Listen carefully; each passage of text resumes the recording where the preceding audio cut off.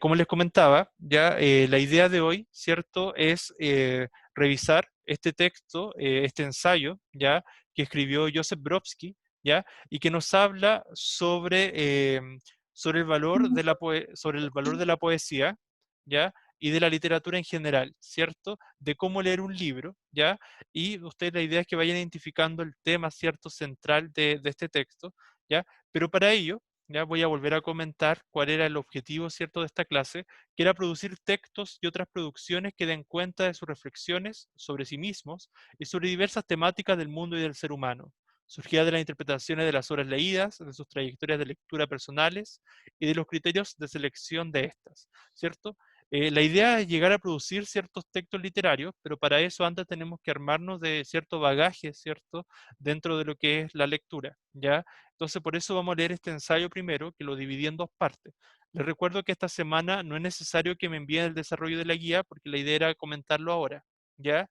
No olvidar entonces que estamos en la unidad número 2, ya que se llama Transformemos experiencias reales. Yo le estaba haciendo una pregunta que era ideas previas que ustedes tuvieran sobre la poesía, ya por eso le había leído esta frase de Rimas y Leyendas de Gustavo Adolfo Bécquer. ¿Qué es poesía? Dice mientras clavas en mi pupila tu pupila azul. ¿Qué es poesía? Y tú me lo preguntas, poesía eres tú, ¿cierto?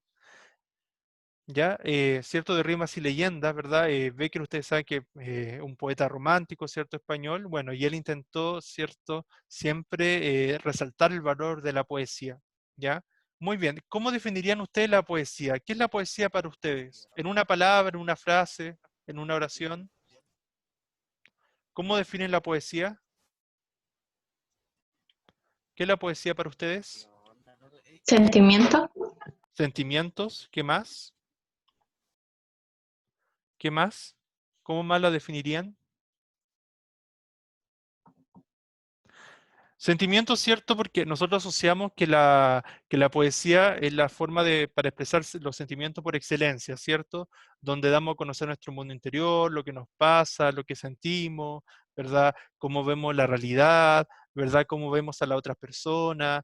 Entonces la poesía siempre resalta nuestro propio mundo interior, ¿verdad? ¿Y qué más podríamos decir de la poesía? ¿Qué más podríamos decir? En una frase, en una oración, ¿qué es poesía para ustedes? Además de la expresión de sentimientos, ¿qué podría ser? Podría ser, por ejemplo, miren, fíjense acá algunos ejemplos. La poesía experimenta con el lenguaje, también las personas aprenden a valorar la poesía con el tiempo. La poesía es una forma creativa de expresar las emociones e ideas, o la poesía trasciende distintas épocas y culturas. Si tuvieran que elegir alguna de esas cuatro frases, ¿con cuál se quedarían ustedes? ¿Cuál creen que lo representa más y por qué? En la forma que ustedes ven la poesía. ¿Qué frase lo representa mejor?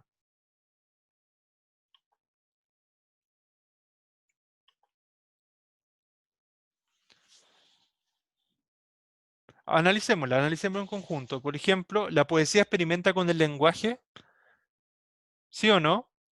¿Cierto? Si ustedes analizan, por ejemplo, lo que vimos con Vicente Huidobro, ya ahí se da un claro ejemplo de los límites del lenguaje, donde Vicente Huidobro intentaba llevar la poesía más allá de sus propios límites, ya no es que simplemente describir la realidad, describir lo que observaba, ya, sino también ser capaz de crear una nueva realidad, ya. Eso es uno de los planteamientos de Huidobro, por ejemplo, frente a la poesía. Y es lo que hizo mucho las vanguardias literarias, ya que ustedes van a conocer más en cuarto medio, ¿ya? Que ellos vienen a innovar ciertos lenguajes, también por ejemplo lo que hacía Nicanor Parra con sus artefactos también, de crear a veces de cosas cotidianas, crear algo nuevo, ¿ya? Eso también es propio de la poesía, experimentar con los límites del lenguaje. Por ejemplo, la otra afirmación que dice las personas aprenden a valorar la poesía con el tiempo, ¿qué creen ustedes? ¿Será eso sí o no? Uno leerá, o más bien comprenderá algo de igual forma cuando lo lee cuando es más joven a cuando ya han pasado más años, tiene una actitud más madura. ¿Tendremos la misma visión de la vida o no? ¿O iremos cambiando? ¿Qué piensan ustedes? ¿Uno va cambiando con el tiempo, sí o no? ¿O se mantiene siempre igual? Yo creo que uno sí va cambiando con el tiempo. O sea, la visión de la literatura sí tiene que ver igual con la edad que uno tiene, porque por el tema del texto, por la Exacto. experiencia, por las vivencias. Ujú, exacto, muy bien, justamente, muchas gracias. Sí, así es, o sea, justamente las experiencias que tenemos, lo que leemos, lo que observamos, lo que nos pasa, lo que sentimos, ¿cierto? Todo eso va influyendo en lo que nosotros escogemos a veces para leer, en nuestro estado de ánimo siempre influye mucho en los tipos de textos que queremos leer o también lo que estamos viendo, ¿ya? Por ejemplo, imagino yo que le ha pasado a veces cuando que están más tristes, por ejemplo, o les pasó una situación, ¿cierto?, que fue un poco desagradable, por ejemplo, no sé, pues, cuando una persona termina una relación, por ejemplo, con otra persona, siempre pasa que se pone más melancólico, obviamente, más, le da baja ese sentimiento de tristeza, entonces, claro, no va a elegir algo cómico probablemente, sino que va a buscar algo que esté en sintonía con el estado anímico, ¿cierto?, que esa persona siente. ¿Ya? Entonces, así como las películas, el cine, la música que escuchamos, lo mismo pasa con la literatura y sobre todo con la poesía. O sea, nosotros la sentimos y nos acercamos a ella también buscando un poco que nos represente a lo que nosotros nos pasa en ese momento. ¿Ya? Y por eso también es que uno, en la medida que va madurando a lo largo de los años, es que va viendo el verdadero valor, ¿cierto?, que tiene la poesía y la literatura quizás también. ¿Cierto? ¿Por qué? Porque un libro siempre nos puede dejar algún mensaje, no solamente entretener, bueno, que también es una de sus funciones, pero también nos puede cambiar nuestra visión de algunas cosas sobre la vida, cambiar nuestra idea, ya. Yo creo que uno nunca mantiene toda su idea tal cual a lo largo de la vida. Es cierto, es casi obvio que uno va a ir cambiando, ¿ya? Que uno va madurando, ¿cierto? Progresando de acuerdo a lo que nos vaya sucediendo. Bien, la poesía es una forma creativa de expresar emociones e ideas, claramente, ¿cierto? ¿Por qué? Porque a través de la poesía nosotros logramos expresar lo que nos pasa, lo que sentimos, ¿cierto? Nuestros pensamientos, bueno, y no solo en la poesía, en la escritura y en la literatura en general. ¿Ya? Y la poesía sí, o sea, sin lugar a dudas trasciende, independiente que algo haya sido escrito hace varios siglos atrás, como este fragmento de Rimas y Leyenda de Gustavo Adolfo Bécquer.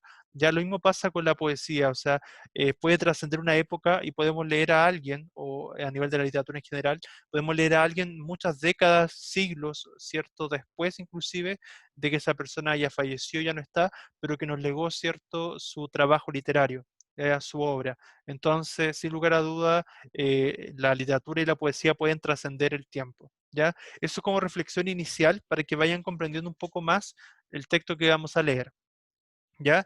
Necesito que pongan especial atención en lo siguiente, ¿ya? En relación a cuál es el problema que le preocupa al autor del texto que vamos a leer, cuál es la tesis que propone el autor para solucionar este problema, ¿ya?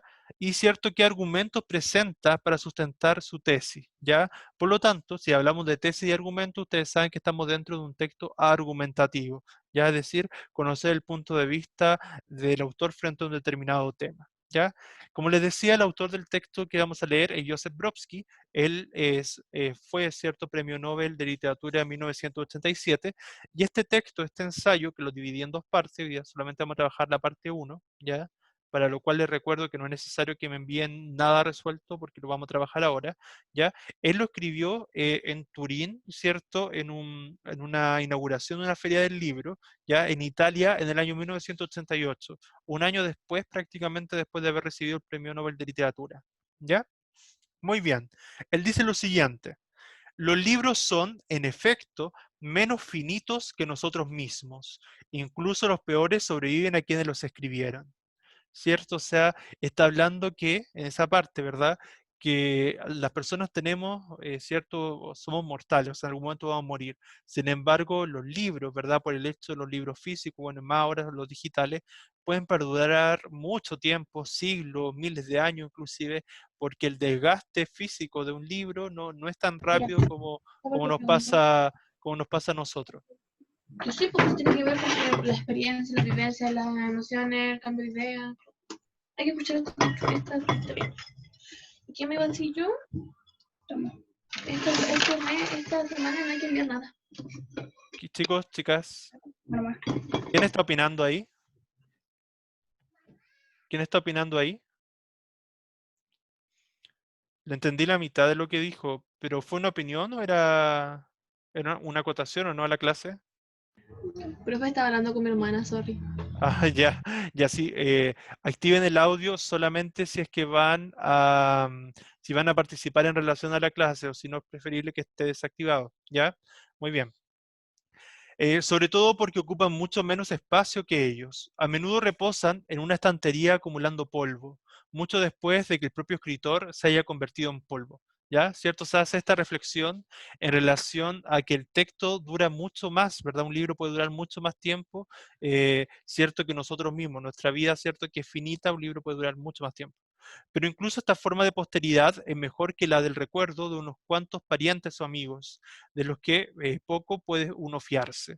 Y suele ser precisamente la ansia de esta dimensión póstuma la que pone en funcionamiento a la pluma.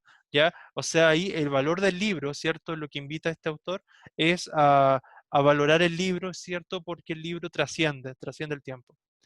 Así que no nos equivocaremos del todo si al sostener en nuestras manos estos objetos rectangulares, ¿cierto? El libro, en octavo, cuarto, duodécimo, etcétera, imaginamos que estamos acariciando, por así decirlo, las urnas reales o posibles con nuestras cenizas. Después de todo, lo que se invierte en la escritura de un libro, sea una novela, un tratado filosófico, una colección de poemas, una biografía o un relato policíaco, es, en última instancia, la única vida de que dispone un hombre, buena o mala, pero siempre finita, ¿cierto? O sea, que el libro inclusive trasciende a la vida del autor. Eso es lo que se refiere acá. Quien afirmó que filosofar es ejercitarse en el morir tenía razón en más de un sentido, pues escribiendo un libro nadie rejuvenece. O sea, claro, o sea, no un libro o sea, en realidad sí, igual eso puede ser, se puede debatir un poco, ¿cierto? Porque uno rejuvenece su idea, en el sentido de que un libro te renueva tu idea, te remece un poco lo que tú piensas, ya un buen libro te tiene que hacer pensar en nuevas posibilidades, ¿verdad? Nueva idea. Pero claro, o sea, no vamos a pretender que un libro no sea como el elixir de la juventud, porque no es así. Tampoco leyendo un libro se rejuvenece, por esa razón lo lógico sería escoger buenos libros, o sea, a lo que se refiere que el tiempo avanza, que el peor problema, y acá ya le estoy dando un poco la respuesta, el peor problema que tenemos, por así decirlo, el ser humano, es la muerte. O sea, nosotros, cada día que pasa, suena trágico, pero es la verdad, nos vamos acercando un día más a la muerte. ¿Ya? Por lo tanto, lo que él apunta acá es que en realidad, como nuestra vida es limitada, si nos gusta la lectura, tenemos que saber escoger buenos libros. Eso es lo que dice el autor. La paradoja, sin embargo, reside en el hecho de que en literatura, como en casi cualquier otro ámbito, bueno, no es una categoría aislada. O sea, ¿se acuerdan cuando hicieron estas actividades de por qué leer a los clásicos? Ya, esas actividades apuntaban a eso. O sea, ¿qué es lo que se considera bueno? ¿Qué es válido en literatura? ¿Qué es lo positivo? ¿Por qué una obra destaca más que otra? Ya, es una pregunta para ustedes. ¿Cuándo se considera que un libro es bueno, por así decirlo? ¿Cómo podríamos decir, ah, mira, este libro es bueno, vale la pena leerlo? ¿Cuándo creen que podríamos considerar eso?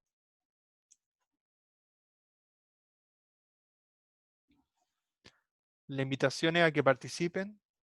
¿Cuándo creen que uno puede Pues, considerar que un libro vale la pena leerlo?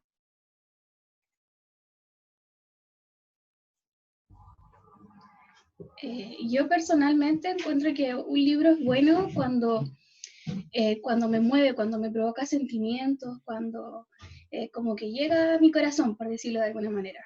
Ya. Ujú. Gracias, muchas gracias. ¿Alguien más? Ya, gracias. Bien, justamente los sentimientos que nos despierta un libro, yo creo que todo nos ha pasado que cuando leemos algo que nos sentimos identificados muchas veces, sobre todo cuando son novelas o cuentos, leemos algo o algún personaje que nosotros decimos, ah, me siento identificado con lo que le está pasando, eso a mí me pasó, o me gustaría que eso me pasara. me gustan las características que tiene tal personaje, qué sé yo. Todo eso, ¿cierto? A veces nos genera ciertas emociones. Y eso es muy bonito porque eso genera un vínculo con lo que uno está leyendo.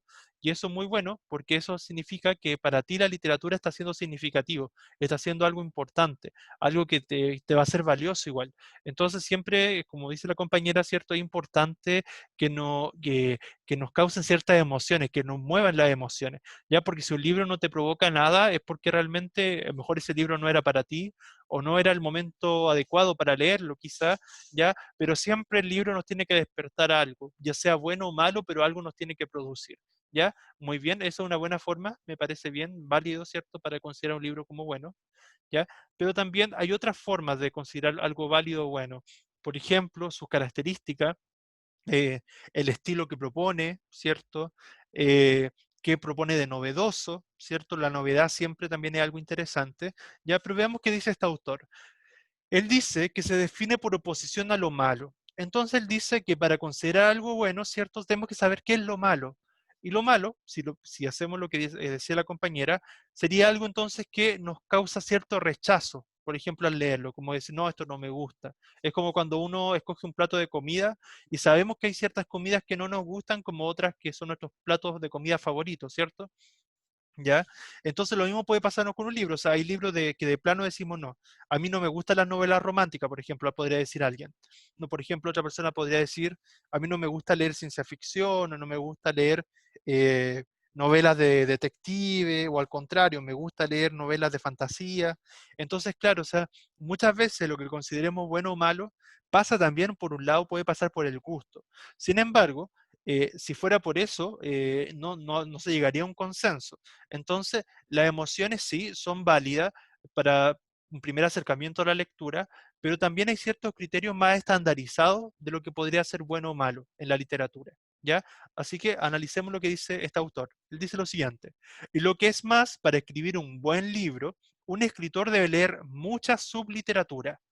Está hablando de subliteratura, pensemos por ejemplo, yo no soy de esa idea, pero también ustedes vieron, acuérdense, los bestsellers. Cuando comentaron la actividad del bestseller, nosotros veíamos que los bestsellers, claro, son esos éxitos de ventas, ¿verdad? Que logran llegar a un público mucho más masivo, mayor cantidad de gente lo lee, pero no porque necesariamente lo consuma, por así decirlo, porque el libro muchas veces es un bien de consumo, no porque mucha gente consuma literatura o ese cierto tipo de libro, significa que ese libro sea bueno. Puede que a las personas les gusten porque es más rápido de leer, más fácil de leer. Sin embargo, la calidad depende de la rapidez que uno pueda leer un libro, de lo fácil que es leer ese libro o de otras características. Entonces ahí es donde entran en juego otros criterios como el estilo del escritor, su novedad, su aporte frente a cierto tema, cómo se relaciona con otras cosas que estén circulando sobre lo mismo. Entonces todo eso influye para catalogar algo como bueno o malo, ¿ya? Bien, entonces hay que desarrollar los criterios. ¿Qué criterios tenemos nosotros para considerar algo literario como bueno o malo? Entonces esa podrá ser la mejor defensa de la mala literatura el día del juicio final, y esa es también la raison d'être de ese acto. Significa ahí una frase francesa, la razón de ser, ¿ya? O sea, el criterio, tener un buen criterio literario, ¿ya? Entonces, eso tenerlo presente porque eso les va a ayudar a comprender este texto. Bien, puesto que todos somos moribundos y leer libros consume tiempo, acá de nuevo él está haciendo casi como un chiste, porque se está riendo de que nosotros somos moribundos porque cada día estamos más cerca de la muerte. Ya el ser humano es mortal, entonces por eso. Entonces, claro, cada libro consume tiempo, entonces de nuevo vuelve a esa problemática, ¿cierto? Que el libro en realidad no nos aporta tiempo extra, pero sí leer ciertos libros que son considerados buenos, podríamos decir, eh, ¿cierto? Nos permite aprovechar ese tiempo de mejor manera. ¿Ya? A eso apunta un poco. Debemos idear un sistema que nos permita mayor economía, o sea, ahorrar tiempo. No hay duda de que puede resultar placentero retirarse a algún lugar a leer un largo y mediocre novelón. Él está haciendo una crítica, y porque hay muchas novelas que son fáciles de leer y pueden ser muy largas, pero son fáciles de leer, pero en realidad puede ser bien mediocre en cuanto al estilo, por ejemplo, o a la novedad. Pero todos sabemos que, en definitiva, muy pocas veces solemos permitirnoslo. Al fin y al cabo, leemos no solo por leer, sino para aprender algo. Claro, a veces hay distintas finalidades. Uno lo puede leer para entretenerse, puede leer para que algo te motive, para simplemente buscar distraerte, pero la más de las veces uno lee para que lo que tú lees te deje algo, un mensaje, una idea, algo nuevo, ¿verdad? Algo distinto, te haga escapar un poco a la realidad, no sé, en fin. Uno puede leer por distintos motivos, ¿cierto?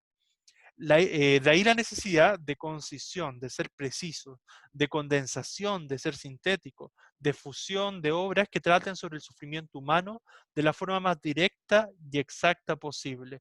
Él acá dice, ¿cierto?, le da cierta preferencia a esas obras que exacerban los sentimientos humanos y sobre todo lo que tiene que ver con la parte más del sufrimiento, según la mirada del autor. En pocas palabras, la necesidad de atajos. De ahí también, y como consecuencia de nuestras sospechas, de que tales atajos no existen, aunque sí existen, como veremos, la necesidad de alguna brújula para navegar por el océano de lo publicado. O sea, que no es necesario porque nunca nos va a alcanzar la vida, querámoslo o no, para leer todo lo que hay publicado, sino que tenemos que ser más precisos y ojalá buscar cosas que realmente sean útiles, libros que realmente nos dejen algo, libros interesantes, libros que te motiven, que te despierten emociones, como decía la compañera, que te logren cierto dejar algo. ¿Ya? Eso es la idea. Esa función de brújula, por supuesto, es la desempeñada por la crítica literaria. O sea, acá le da un valor a la crítica. Los críticos literarios lo que hacen es darle un valor, un fundamento, o también rescatar muchas veces algo, un libro, por ejemplo, un autor que no siempre fue valorado. Bueno, si un crítico lo toma para bien o para mal, ya sea para criticarlo positiva o negativamente, ¿cierto? De todas maneras se va a hablar del libro. Y eso que se hable del libro ya va a generar, ¿cierto?, que se lea mucho más. Entonces ya te puede generar ciertas luces sobre cómo leerlo. Pero su aguja ahí oscila locamente. Lo que para unos es el norte, para otros es el sur. Sudamérica, para ser más exacto. Y lo mismo, pero aún peor, ocurre con el este y con el oeste. O sea, no todos los libros son iguales y muchas veces también hay ciertos prejuicios hacia de dónde vienen, de dónde provienen ciertos libros. El problema con los críticos es como mínimo triple. Esto es interesante, ¿ya? El problema con la crítica, ¿ya? Es una problemática presente acá. Problema con la crítica, entonces, para que vayan anotando, para que vean en relación a la pregunta que hacíamos al principio, dice lo siguiente, que se trata de comentaristas mediocres que saben tan poco como nosotros. Ese es un punto. ¿Por qué? Porque un crítico, por mucho que quiera, tampoco lo va a saber todo. Sin embargo, nosotros lo mínimo que esperamos como lectores es que la persona que se considera crítica, ¿cierto?, debe ser capaz de conocer bastante sobre al menos el tipo de literatura sobre la cual va a hablar, ¿ya? Al menos en este ámbito. También que manifieste una clara predilección por un determinado tipo de literatura o simplemente que se dejen comprar por la industria editorial. O sea, de nuevo apunta a la idea de ciertos estilos, ciertos géneros también literarios que sean como de la predilección, ¿verdad?, de los críticos, porque se supone que su género favorito van a ser sobre los cuales van a opinar. Y la C, que se trate de escritores de talento que conviertan la crítica en género literario autónomo. O sea, piénsese, por ejemplo, en Borges y acabemos leyendo la reseña sobre los libros en vez de los propios libros. O sea, muchas veces, en realidad lo que dice acá, que es preferible que un crítico se dedique a la crítica antes de que en realidad se ponga a dar a conocer su talento literario, porque para eso mejor escribe novelas. ¿Ya? Eso es lo que está haciendo acá este escritor. En cualquier caso, nos hallaremos a la deriva en pleno océano, rodeados de páginas por todas partes, subidos a una balsa cuya capacidad para mantenerse a flote resulta harto dudosa. Una alternativa sería, por tanto, educar nuestro propio gusto, ¿cierto? Esa es una solución que él propone, ¿verdad? O sea, saber seleccionar, saber leer algo, ¿cierto? Eh, que nos permita educar el gusto de la mejor manera posible, o sea, saber hacer una selección entre lo bueno y lo malo, por ejemplo. Ujú. Muy bien. Después plantea lo siguiente. Convertirnos en nuestra propia brújula, familiarizarnos, por así decirlo, con determinadas estrellas y constelaciones, de brillo débil o radiante, pero siempre remoto. Ahí está usando una figura literaria, ¿cierto? Una metáfora, para hacer esta referencia. Hay libros que son como constelaciones, que son como estrellas, o sea, son excelentes libros, ¿verdad? Libros canónicos, y otros libros que en realidad no son tan, no brillan mucho, pasan más desapercibidos. Ya, o sea, pero a veces está en nosotros mismos identificar también, porque ¿para qué vamos a guiarnos siempre por un crítico? Ser capaces de nosotros de identificar qué es bueno y qué es malo en la literatura, por ejemplo, o qué es más válido que otra cosa leer, ¿ya? O sea, formarnos nuestro propio gusto. Sin embargo, esto lleva muchísimo tiempo y puede ser que entonces seamos ya unos ancianos que hacen su mutis con un mozo o volumen bajo el brazo. El mutis es cuando ya, cuando un personaje en una obra de teatro, ¿cierto? Participa en una escena, ¿verdad? Y con eso es su escena final. Aunque no esté institucionalizado, y no sería mala idea, este procedimiento de oídas nos es familiar desde la más tierna edad, pero tampoco resulta un recurso muy seguro, pues el océano de literatura disponible crece de forma continua, ¿cierto? O sea, cada vez hay más libros, cada día hay muchos más libros, ¿verdad? Como queda ampliamente demostrado en esta Feria del Libro, ese era el contexto, ¿verdad?, en el cual se escribía este ensayo, ¿ya? En Turín, recuerden, ¿cierto?, 1988, en Italia, que no constituye sino una tormenta más en tan proceloso océano. O sea, es uno de los tantos problemas, de nuevo está hablando en metáfora. Este escritor es sobre todo un poeta, ya por eso ocupa mucho lenguaje metafórico, figurado. Así pues, ¿dónde encontrar nuestra propia tierra firme, aunque se trate de una isla inhóspita? ¿Dónde está nuestro buen viernes, por no decir nuestra monachita? ¿Cierto? ¿Dónde está nuestro horizonte? ¿Dónde está donde anclarnos? Antes de aportar mi sugerencia, no, digámoslo claro, la que considero la única solución posible para conseguir un sólido gusto literario, me gustaría decir unas pocas palabras sobre el artífice de tal solución, es decir, un servidor, y no por vanidad personal, sino porque a mi juicio el valor de una idea se halla en relación con el contexto del que brota. Ujú. Muy bien. En efecto, si yo hubiera sido editor, habría hecho constar en las portadas de los libros no solo los nombres de los autores, sino también la edad exacta que tenían al escribirlo. Acá nos da otra solución a esta problemática, ¿verdad? La edad de los escritores, ¿ya? ¿Por qué creen ustedes, verdad, que él propone el criterio de la edad de los escritores para evaluar si un libro nos gusta o no nos gusta? ¿Por qué dirá eso?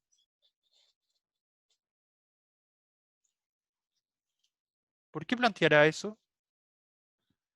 ¿Por qué él pensará que nosotros conocer la edad en que tal escritor escribió tal cosa, tal libro? ¿Por qué él creerá que eso es importante? ¿Por qué creen Porque tiene ustedes? que ver, porque tiene que ver con el momento histórico que fue escrito y como el ambiente que está viviendo esa persona. El escritor, Exacto. en este caso. Exacto, muy bien, muchas gracias. Ya, ¿verdad? O sea, la biografía que cada uno, que cada escritor tiene, así como la tenemos nosotros, ¿verdad? Influye mucho en cómo vamos a escribir, qué tema vamos a elegir, qué nos motivó, qué nos está pasando, qué está sucediendo en ese momento. Por lo tanto, pero él más bien va más allá que eso.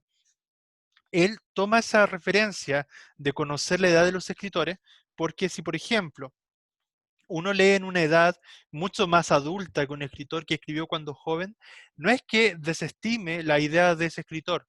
Sin embargo, nosotros al haber vivido más, por así decirlo, puede que tengamos también muchas otras experiencias y muchas otras formas de ver la vida. Entonces también influye mucho la edad también de los escritores. Puede ser un criterio, bueno, por lo menos según lo que plantea este autor. ¿Ya? Retomo entonces. En efecto, si yo hubiera sido editor, habría hecho constar en las portadas de los libros no solo los nombres de los autores, sino también la edad exacta que tenían al escribirlos, para que sus lectores pudieran decidir si les interesaba tener en cuenta el contenido o el punto de vista de un libro escrito por un autor mucho más joven o mucho mayor que ellos. O sea, por ejemplo, imagínense ustedes, si leen un libro de alguien que tenía 50, 60 años, eh, y lo leen cuando tienen 15, 16, eh, él lo que propone es que, claro, a lo mejor sabiendo eso no te va a interesar el libro, ¿ya? Yo no concuerdo mucho con este autor, o sea, al menos en ese punto, ya ustedes sí podrían concordar, pero al menos no porque yo creo que independiente de la edad del escritor, de todas maneras es válida la visión que tenga. Quizá hay muchas veces, hay cosas que no ha vivido, pero también no todo es experiencia real, a pesar que algunos escritores como Jorge Tellier, por ejemplo, dicen que la experiencia real es lo válido y de ahí se construye lo literario, ¿ya? Desde ahí se construye la poesía, pero también puede ser lo contrario, o sea, alguien puede ser una persona que independiente de su edad puede ser bastante más sabia porque su experiencia de la vida o su experiencia de lectura, su forma de pensar, la ha hecho ser más sabia también. Y ya para ir finalizando, Ahora que ya saben de qué tipo de persona proviene lo que voy a exponer, no me queda sino enunciarlo. El modo de conseguir un buen gusto literario consiste en leer poesía, ¿ya? Eso es bien interesante porque acá en el fondo le da el valor a la poesía, ¿verdad? O sea, lo del buen gusto para él no solo la novela, sino la poesía. Bueno, porque él también es poeta. Y si creen detectar, en mi opinión, cierto partidismo profesional, alguna voluntad de defender los intereses de mi gremio, se equivocan. No me interesan tales gremios, ¿sabes? Los poetas. La cuestión es que la poesía, siendo la forma suprema de locución humana, no solo constituye el modo más conciso, más preciso, ¿cierto?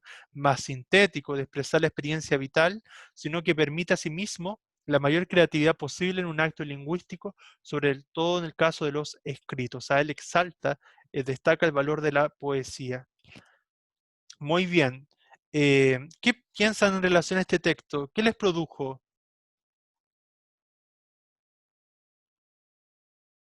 ¿Qué les produjo este texto? ¿No, no les produjo nada? ¿No están de acuerdo, en desacuerdo? ¿Les gustó, no les gustó? ¿Están de acuerdo con el autor? ¿Algo les llamó la atención?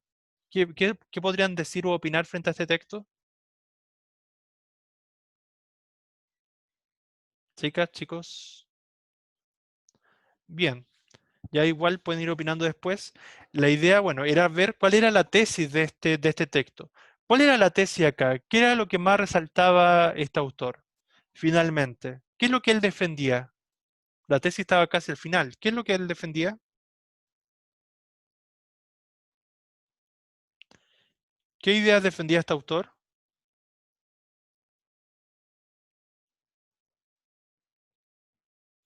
¿Quedó claro el texto, cierto? ¿Quedó más claro, no? Si se van recordando, el texto hacia el final lo que hacía era exaltar el valor de la poesía. ¿Ya? ¿Por qué? Porque a lo largo de los primeros párrafos, lo que él destacaba era el gusto literario, ¿ya? Y todo el tiempo nos hablaba de que muchas veces el formarnos un verdadero gusto no pasa tanto por los buenos críticos o críticos mediocres, ¿ya? Sino también en ser capaces de nosotros formarnos nuestro propio gusto, nosotros saber elegir qué libros vamos a leer, ¿ya? En ese sentido, ¿ya? Em, Claro, hay ciertos libros que nos despiertan más cosas y al mismo tiempo están mejor escritos porque implica un mayor desarrollo, una mayor prolijidad, mayor precisión, concisión, y él destacó los libros que era la poesía, ¿cierto? Eso es lo que él más destacaba, ¿ya? ¿Y se acuerdan qué argumentos daba para sostener que la poesía era reflejo del buen, o sea, leer poesía era el reflejo del buen gusto literario? ¿Por qué decía que la poesía era finalmente reflejo del buen gusto literario? Al menos según este autor. A ver si estuvieron atentos o atentas. ¿Se fijaron o no? ¿En qué destacaba él en el texto? Le ayuda un poco. A ver, alguna de las cosas que él destacaba era el hecho de tener criterios, ¿ya? Y esos criterios tenían que ver con la concisión, con la precisión, que muchas veces la vida, acuérdense que la unidad tiene que ver con transformar experiencias reales en experiencias de la literatura. Entonces, claro, de las experiencias que nosotros vivimos, nace lo que los escritores, ¿verdad?, llevan a la literatura, a la poesía o a la novela o al género dramático, ¿ya? Pero claro, pero esa experiencia tiene que ser canalizada, tiene que ser llevada a la literatura, ¿ya? Entonces, en esa transformación es que tiene que haber un cierto estilo, cierto género, ¿verdad? Cierto criterio de ser más preciso, más conciso, más sintético, ¿verdad? Ser capaces de sintetizar esa experiencia de la mejor forma posible y que llegue realmente a los lectores, ¿ya? Entonces, claro, él decía que en base a eso la poesía es lo que más destaca. Eso como argumento, ¿ya? Y retomando, la problemática central del texto era, ¿verdad? Formarse un gusto literario no es algo de la noche a la mañana, pero que sí tenemos que hacerlo porque no siempre tenemos el tiempo, nuestra vida no va a alcanzar para leer todo, entonces hay que formarse un buen gusto para aprovechar de leer en nuestra vida los textos, los mejores textos que estén a nuestra disposición. ¿Ya? Eso en cuanto a la clase de hoy. Les recuerdo que para que me quede registrada la asistencia, anotarse en el chat. Ya de todas maneras me debería quedar grabada la asistencia de los que se anotaron en el chat anterior, ¿ya? Pero igual si quieren para que me aparezca confirmado, se pueden anotar de nuevo su nombre y su curso. No sé si alguien tiene alguna duda, algo que no haya quedado claro. ¿Queda todo claro, no? ¿O algo todavía no se entendió? Ahora es el momento para resolver dudas. ¿Ya? Esta era la primera parte de este ensayo.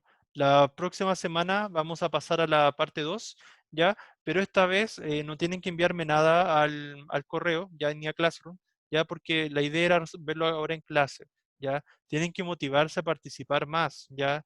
Porque si no, la clase igual no logra su objetivo. La idea es que, así como participan algunas compañeras, bueno, la idea es que todos puedan participar mucho más.